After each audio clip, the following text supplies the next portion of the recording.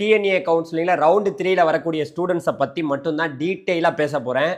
நிறைய மாணவர்கள் நினைப்பீங்க, சார் ரவுண்டு 3யை பற்றி நீங்கள் பேசவே மாட்டேங்கிறீங்க சார், தொடர்ந்து எங்களுக்கு வீடியோ போடுங்க சார்னு கேட்பீங்க. உங்களுக்காக இனிமேல் தொடர்ந்து வீடியோக்கள் வந்துக்கிட்டே இருக்க போது. உங்கள் எல்லாருக்கும் ஒரு மகிழ்ச்சியான ஒரு செய்தியை சொல்லிக்கிறேன். என்னென்னா, எல்லாரும் ஒரு கவலையில் உட்காந்துருப்பீங்க. சார் நம்ம வந்து 3வது ரவுண்டுக்கு வந்துட்டோம் சார், நமக்கெல்லாம் வந்து பெரிய காலேஜில் இடமே கிடைக்காதுன்னு ஒரு மாதிரி எல்லாரும் பயமுறுத்துறாங்க சார்.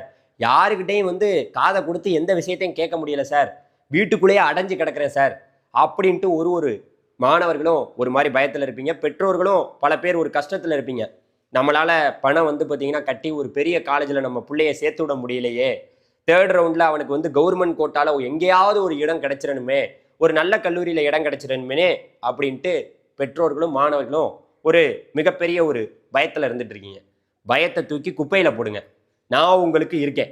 ஏன் சொல்கிறேன்னா, இது வரைக்கும் நடந்து முடிஞ்ச 1வது ரவுண்டு 2வது ரவுண்டோட ரிப்போர்ட்டை பார்க்கையில் கிட்டத்தட்ட 1வது ரவுண்டில் வந்து பார்த்தீங்கன்னா ஒரு 28,896 இடங்கள் தான் நிரம்பியது 1வது ரவுண்டில். அதை விட்டுருவோம். 2வது ரவுண்டில் இப்போதைக்கு சீட்டை கையில் வாங்கி வச்சிருக்கவங்கன்னு பார்த்தீங்கன்னா 80,650 பேர் தான் சீட்டை வந்து கையில் வாங்கி வச்சிருக்காங்க. இவங்க காலேஜுக்கு போகிறாங்களா, டிஎஃப்சிக்கு போகிறாங்களா அப்படிங்கிறதெல்லாம் நமக்கு தெரியல. எப்படி பார்த்தாலும் 1வது ரவுண்டு 2வது ரவுண்டு 2 ரவுண்ட்லையுமே சேர்த்து 1,00,000 இடங்கள் தான் நிரம்பியிருக்கு அப்படிங்கிற ஒரு விஷயத்தை வந்து பார்த்தீங்கன்னா உங்களுக்கு ஒரு மகிழ்ச்சியாக நான் சொல்லிக்கிறேன். ஏன்னா இப்போ 80,650 பேர் வந்து 2வது ரவுண்டில் சீட்டை கையில் வாங்கி வச்சிருந்தாலும் இவங்க போவாங்களா போக மாட்டாங்களாங்கிறது தெரியல. ஏன்னா எல்லா கல்லூரிகளையும் லட்சமாக பணம் வாங்குறாங்கல்ல, அதனால அந்த பயத்தில் வந்து பார்த்தீங்கன்னா மாணவர்கள் சீட்டை வாங்கிட்டாங்க, போய் சேர்றதுல குழப்பத்தில் உட்காந்துருக்காங்க. ஸோ அதனால 3rd ரவுண்டு மாணவர்கள் கவலைப்படாமல் இருக்கலாம். சார் நீங்கள் தான் சொல்கிறீங்க, அப்போ வந்து 1,00,000 இடங்கள் தான் 2வது ரவுண்டு முடிஞ்சுமே நிரம்பி இருக்குன்னா மொத்தமாக எவ்வளோ சீட்டு தான் சார் இருக்குது அப்படின்னு கேட்டிங்கன்னா, ஒட்டு மொத்தமாக தமிழ்நாட்டில் இந்த வருடம் இன்ஜினியரிங் கவுன்சிலிங்கில் 417 கல்லூரிகள் கலந்துக்கிட்டாங்க. ஒட்டு மொத்தமாக ஒரு 1,90,166 இடங்கள் இருக்குன்னு முன்னாடியே சொல்லியிருந்தாங்க. ஸோ அதன்படி பார்க்கையில் நமக்கு இன்னும் ஏகப்பட்ட இடங்கள் இருக்குது. ஆனால் 3rd ரவுண்டு பசங்களுக்கு எந்த மாதிரியான கல்லூரியை சூஸ் பண்ணுறதுங்கிற ஒரு குழப்பம் வரும்.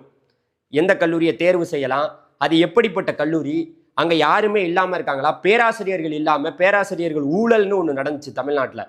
ஒரே பேராசிரியர் 10 கல்லூரியில் வேலை பார்க்குறாருங்கிற ஒரு மிகப்பெரிய பிரச்சனை வந்து பூதாகரமாக போன வருஷம் வெடிச்சது. அதனால நமக்கு வந்து 3rd ரவுண்டில் போகிற மாணவர்களுக்கு ஒரு சேலஞ்சு வந்து காத்திருக்கு. அவங்க வந்து எந்த மாதிரியான கல்லூரியை வந்து சூஸ் பண்ண போகிறாங்க.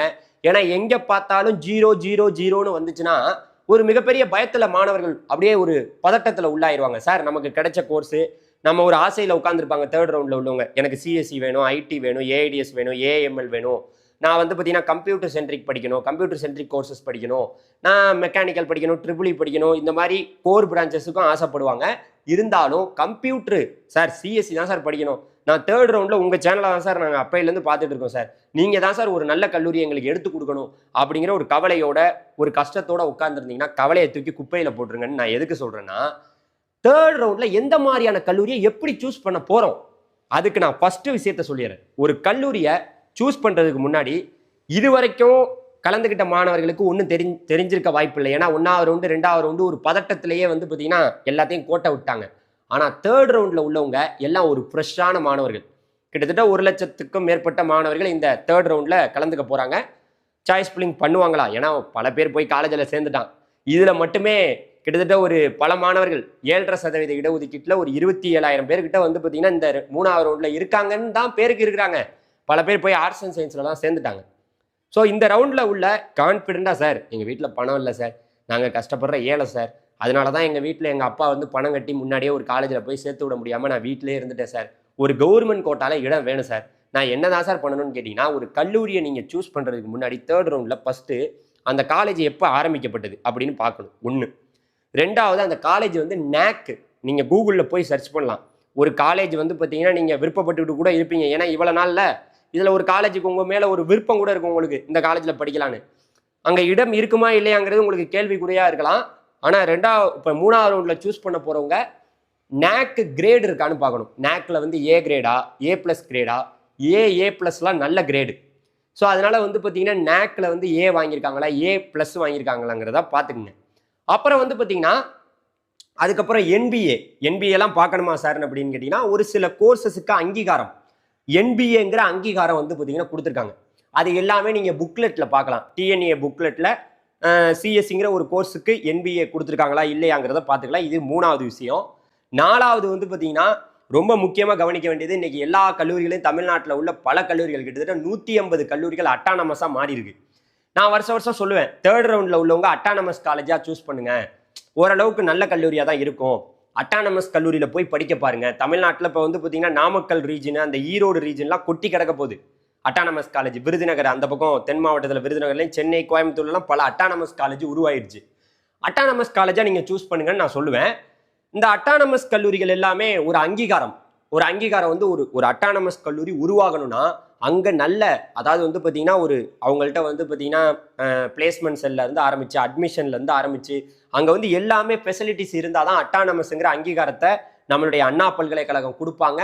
அதே போல் நம்மளுடைய இது இருக்குது தெரியுமா, யூஜிசி பல்கலைக்கழக மானியக் குழு, அவங்க அங்கீகரித்து அவங்களுக்கு அட்டானமஸ்ங்கிற அங்கீகாரத்தையே வழங்குவாங்க. அதனால அட்டானமஸ் கல்லூரிகள்ங்கிறது ஒரு நல்ல இன்ஸ்டிடியூஷனாக இருந்தால்தான் அட்டானமஸாக வரும். ஒரு கல்லூரி ஆரம்பிக்கப்பட்டு ஒரு 10 வருஷம் ஆரம்பித்து 10 வருஷம் ஆயிருந்தால் தான் அட்டானமஸ்ங்கிற ஒரு அங்கீகாரமே அதுக்கு கொடுப்பாங்க. ஸோ அதனால் அந்த அட்டானமஸ் கல்லூரி ஆயிடுச்சுன்ட்டு நம்ம போய் சேர முடியாத ஒரு நிலைமையும் தமிழ்நாட்டில் இப்போ நீடிச்சிட்டு இருக்கு. ஏன்னா எல்லாரும் காலேஜ் எல்லாமே பணத்தை அடிச்சு ஏதோ பண்ணி அட்டானமஸாக வாங்கிடுறாங்க. ஏன்னா முக்காவாசி கல்லூரிகள் தமிழ்நாட்டில் இன்னைக்கு கிட்டத்தட்ட ஒரு 150 கல்லூரிகள், 417 கல்லூரிகளில் 150 கல்லூரிகள் அட்டானமஸாக மாறி இருக்கு. அட்டானமஸுக்கு போகிறதுக்கு முன்னாடி அட்டானமஸ் கல்லூரியை நீங்கள் சூஸ் பண்ணலாம். தமிழ்நாட்டில் இருக்கக்கூடிய அட்டானமஸ் கல்லூரிகளுக்கு நான் வீடியோ லிஸ்ட் கொடுக்குறேன். இருந்தாலும் அந்த கல்லூரிகளுடைய சேர்க்கை, கடந்த 5 வருடங்களுடைய சேர்க்கை, ஒரு மாணவன் இன்னைக்கு தமிழ்நாட்டில் பேராசிரியர்களே இல்லாத, அதாவது வந்து ப்ரொஃபஸர்ஸே நடத்துறதுக்கு இல்லாத கல்லூரிகள்லாம் இயங்கிக்கிட்டு இருக்கு. அங்கெல்லாம் நீங்கள் போயிடாதீங்க. அதுக்காக தான் சொல்கிறேன், கடந்த வருடங்களுடைய அந்த கட் ஆஃப் விவரங்கள், லாஸ்ட் இயர்லாம் மாணவன் போய் சேர்ந்துருக்கானா சேரலையா, அந்த மாதிரி விவரங்கள்லாம் உங்களுக்கு தெரியணும். அதே வேளையில் கவனமாக நீங்கள் புரிஞ்சுக்க வேண்டியது, 3rd ரவுண்டு மாணவர்கள் கொஞ்சம் ஒரு சேலஞ்ச் என்னன்னா, சார் எனக்கு அட்டானமஸ் கல்லூரியை மட்டும்தான் நான் சேரணும்னு நான் இல்லை சார், நான் அட்டானமஸ் கல்லூரியாக இருந்தாலும் நான் சேர்ந்துக்கிறதுக்கு ரெடி. அது ஆனால் நல்ல கல்லூரியாக இருக்குன்னா நான் அட்டானமஸ் கல்லூரிக்கு பாஸ் பர்சன்டேஜ் அப்படிங்கிற ஒரு விஷயம் இருக்குது. அது நம்ம டிஎன்ஏ வெப்சைட்லேயே கொடுத்துருக்காங்க பாஸ் பர்சன்டேஜ் விவரங்கள். அதில் கூட நீங்கள் போய் அந்த பாஸ் பர்சன்டேஜ் கீழே பெர்ஃபார்மன்ஸ்னு போட்டிருப்பாங்க டிஎன்ஏ வெப்சைட்டில். அந்த பெர்ஃபார்மன்ஸை பார்த்தா அதில் நேக்கு, அதில் வந்து பார்த்தீங்கன்னா எந்த மாதிரி அங்கீகாரம், இந்த வருஷம் கூட பல கல்லூரிகள் வந்து அட்டானமஸாக மாறி இருக்கு. ஆனால் நம்மளுடைய யூஜிசியோட அங்கீகாரம் வாங்காமல் இருக்கிறாங்க. யூஜிசியோட அங்கீகாரம் வாங்கிட்டாங்க, சாரி அண்ணா யூனிவர்சிட்டியோட அங்கீகாரம் வாங்கப்படாமல் இருந்துட்டு இருக்கு. ஸோ இது மாதிரி நிறைய இருக்குங்க. நான் உங்களுக்கு உதவி பண்ண நான் ரெடி, நீங்கள் ரெடியா, நான் ரெடி, நீங்கள் ரெடியா அப்படிங்கிறத லைக் பட்டனில் சொல்லுங்கள். ஏன்னா நான் 3rd ரவுண்டுக்கு வீடியோ போடுறது மேட்டர் கிடையாது. இந்த வீடியோ எவ்வளோ பேர் பார்க்குறாங்க, ஏன்னா பல மாணவர்கள் உண்மையாகவே இருக்கிறாங்களா, கவர்மெண்ட் கோட்டாவில் படிக்கிறதுக்கு மாணவர்களுடைய விருப்பம் 3rd ரவுண்டில் இருக்கா இல்லையாங்கிறத ஒரு டெஸ்ட் பண்ணுறதுக்கு தான் இந்த வீடியோ. நீங்கள் முடிஞ்ச லெவலுக்கு லைக் பண்ணுங்கள், உங்கள் ஃப்ரெண்ட்ஸ் எல்லாருக்கும் 3rd ரவுண்டுக்கு இந்த வீடியோ ஷேர் பண்ணுங்கள். நீங்கள் என்ன மாதிரி கட் ஆஃபில் வரீங்களோ, எப்படி வரீங்களோ, உங்களுக்குன்னு தனித்தனியாக வாட்ஸ்அப் குரூப் நான் பிரிச்சிருக்கேன். அந்த குரூப்பில் சேர்ந்துக்குங்க, நம்மளுடைய மெயின் வாட்ஸ்அப் குரூப்லேயும் சேர்ந்துக்குங்க. உங்களுக்கு குரல்கள் வழியாகவும் உங்களுக்கு எப்படியாவது ஒரு நல்ல கல்லூரியில் இடம் கொடுத்து வச்சு எடுத்து கொடுக்குறது என்னுடைய வேலை. அதுக்கு நான் எல்லா வேலையும் உங்களுக்கு பார்ப்பேன். அடுத்தடுத்த வீடியோவில் நம்ம அந்த வேக்கன்சி வந்து பார்த்தீங்கன்னா, இப்போ 3rd ரவுண்டு மாணவர்கள் எல்லாருமே ஆகஸ்ட் 7ஆம் தேதி, 8ஆம் தேதி, 9ஆம் தேதி இந்த 3 நாள் தான் சாய்ஸ் ஃபில்லிங் பண்ண போறீங்க. இந்த 3 நாளில் ஆகஸ்ட் 7ஆம் தேதி வேக்கன்சி லிஸ்ட் வரும். அதாவது 2வது ரவுண்டு முடிஞ்சு எவ்வளோ இடங்கள் இருக்குங்கிற ஒரு வேக்கன்சி வரும். அதன் பிறகு வந்து பார்த்தீங்கன்னா நமக்கு வந்து 7.5 ரிசர்வேஷனுக்கும் ஒரு வேக்கன்சி வந்து பார்த்தீங்கன்னா எவ்வளோ இடங்கள் இருக்குங்கிற ஒரு வேக்கன்சி வரும். அது எப்போ வரும்னா ஆகஸ்ட் 7ஆம் தேதி வரும். ஆகஸ்ட் 7ஆம் தேதியே வேகமாக சாய்ஸ் ஃபில்லிங் பண்ணாமல் நம்ம உங்களுக்கு உதவி பண்ண காத்திருக்கோம், பயப்படாமல் இருங்க. ஸோ நமக்கு இது மட்டும் ரவுண்டு இல்லைங்க, அடுத்த ரவுண்டு ஒன்று இருக்குது, சப்ளிமெண்ட்ரி கவுன்சிலிங்கான ரவுண்டு. ஸோ இது முடிஞ்சு போச்சுன்னா இதோட முடிஞ்சு போச்சுன்னு இல்லை, நம்ம சப்ளிமெண்ட்ரி கவுன்சிலிங்க்கும் போகலாம். அதுக்கான ரிஜிஸ்ட்ரேஷன் அப்ளிகேஷனும் ஓப்பனில் தான் இருந்துட்டு இருக்கு. ஸோ அதனால் சார் நான் வந்து பார்த்தீங்கன்னா 1வது ரவுண்டில் எனக்கு கோட்டையை விட்டேன், 2வது ரவுண்டில் கோட்டையை விட்டேன், 3வது ரவுண்ட்லேயும் ஒருவேளை கோட்டையை விட்டுருவேன்னு ஒரு பயம் இருந்ததுன்னா சப்ளிமெண்ட்ரி கவுன்சிலிங் கூட நீங்கள் அப்ளை பண்ணிக்கலாம். ஸோ சப்ளிமெண்ட்ரி கவுன்சிலிங்குமே நமக்கு ஆகஸ்ட் 25 அந்த தேதிகளில் நடக்க இருக்கிறது. பயப்படாமல் இருங்க. உங்களுக்கு கவர்மெண்ட் கோட்டா இடங்கள் கிடைத்தால் மட்டும்தான் தமிழ்நாட்டில் நீங்கள் ஃபர்ஸ்ட் கிராஜுவேட் முதல் பட்டதாரியாக இருந்தால் 25,000 27,000 கம்மி பண்ணுவாங்க. அதாவது கவர்மெண்ட் கோட்டாவில் சீட்டு கிடைச்சா மட்டும்தான் உங்களுக்கு எஸ்சி எஸ்டி கன்வெர்டட் கிறிஸ்டினுக்கு 50,000 55,000 உங்களுக்கு 2 லட்சத்துக்கு வருமானம் குறைவாக இருந்தால் உங்களுக்கு பணம் வாங்க முடியும், லோன் வாங்க முடியும். எல்லாமே கவர்மெண்ட் கோட்டா இடம் கிடைச்சாதான் உங்களுக்கு கொடுப்பான்.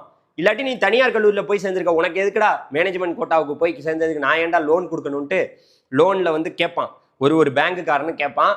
நான் என்னையை பொறுத்த வரைக்கும் நான் எப்போவுமே மாணவன்கிட்ட வந்து கல்வி கடன்லாம் வாங்கி படிக்காத, ஒரு 50,000 55,000 இந்த ரவுண்டில் கூட அரசு கல்லூரிகளில் போய் படிங்க. இந்த தேர்ட் ரவுண்டில் கூட நிறையா அண்ணா பல்கலைக்கழகத்தோட உறுப்பு கல்லூரிகளில் இடங்கள் இருக்கலாம். அதை நான் உங்களுக்கு சொல்கிறேன். ஏன்னா வந்து கல்வி கடன் என்பது மாணவனை ஒரு கடனாளி ஆக்குறது தான். இன்னைக்கு இருக்கக்கூடிய மத்திய அரசோ இல்லை மாநில அரசோ யாருமே அதை ரத்து பண்ண மாட்டாங்க. புதிய அரசு வந்தாலும் ரத்து பண்ண மாட்டாங்க. அதனால கல்வி கடனை நான் எப்போவுமே ஆதரிக்கிறது கிடையாது. அது கொடுக்கலாம், ஆனால் நீங்கள் தான் படித்து அதை கட்டணுங்கிறத மாணவர்கள் தெரிஞ்சுக்கிறேன்னு சொல்லிட்டு இந்த வீடியோ முடிச்சுக்கிறேன். நீங்கள் மறந்துடாமல் வாட்ஸ்அப் குரூப்பில் சேர்ந்துங்க. இந்த வீடியோ உங்கள் ஃப்ரெண்ட்ஸுக்கு ஷேர் பண்ணுங்கள். லைக் எவ்வளோ பேர் பண்ணுறீங்களோ அடுத்தடுத்து உங்களுக்கு வீடியோ வரும். நன்றி, வணக்கம், தேங்க்யூ.